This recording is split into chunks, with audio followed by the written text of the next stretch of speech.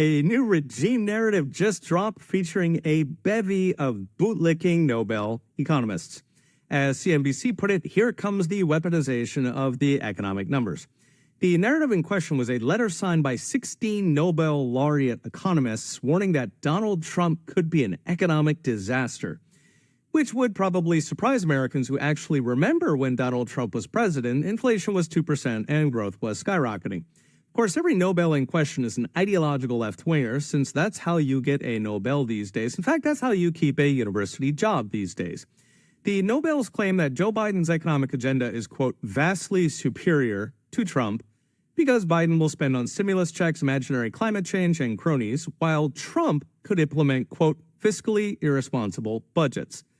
This is hilarious given Biden's record deficits, including the Orwellian-named Inflation Reduction Act that consisted of handing $1 trillion we don't have to climate donors, which no doubt thrilled some Nobel economists out there. So would Donald Trump be a disaster like Joe Biden has been, or would Trump be amazing like last time? So when it comes to presidents and inflation, there's two big moving parts: government spending and what they do to economic growth in the form of regulation and taxes. On spending, Trump 1.0 was pretty standard for a recent president, about as bad as Bush and Obama, but all of them were much better than Biden. It's actually surprisingly hard to compare presidents because disasters jack up emergency spending. So we had the 2008 crisis and, of course, COVID. Then the new guy pretends that the high water mark is the new normal. Still, trying to control for all that gives us something like $200 billion of additional spending per year under Bush, Obama, and Trump. Meanwhile, Joe Biden is on track to spend roughly $3 trillion above pre-COVID, which is about $500 billion per year, even after inflation.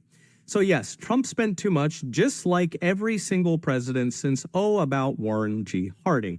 And none of them come close to the fiscal catastrophe that is Joseph Robinette Biden. And then there's the other half, growth. So Trump was rocket fuel for economic growth. Incomes rose at historic rates, especially for minorities, women, and the young. Inflation was low for his entire presidency, and real household wealth soared. Meanwhile, Biden has pissed away $1.5 trillion of household income despite getting a freebie from lockdown bounce backs. He, of course, drove inflation to 9% and imported 11 million foreigners to take jobs from those same minorities, women, and young. What Trump did to grow the economy was partly his tax cuts, which rewarded production, and partly his deregulation, simplifying red tape, drill baby drill, and making it easier to start a small business. We can only imagine what he could have done if the deep state hadn't tried to sue everything he did to oblivion, but he seems to have learned and may go much harder this time.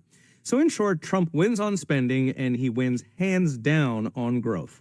So what's next? Brought to you by Unchained.com. At this point, we have two candidates running who have actually been president, meaning they have a public record.